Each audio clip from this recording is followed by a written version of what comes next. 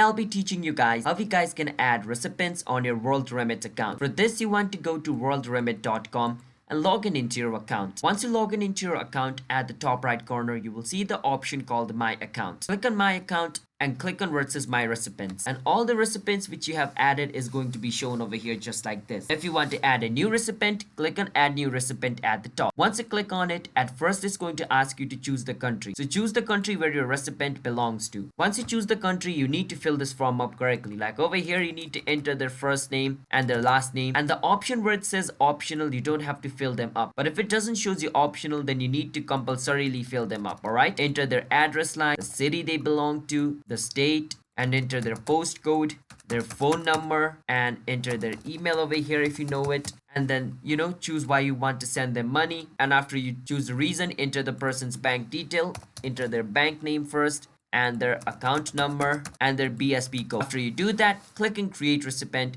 And if all the detail is correct, then a recipient under this information is going to be created with this name and this name. So I hope you understand on how you guys can create a recipient on WorldRemit. So if you guys found our video helpful, then hit the subscribe to our channel, How to Guide. I'll see you guys next time, and as you guys can see, it has been created.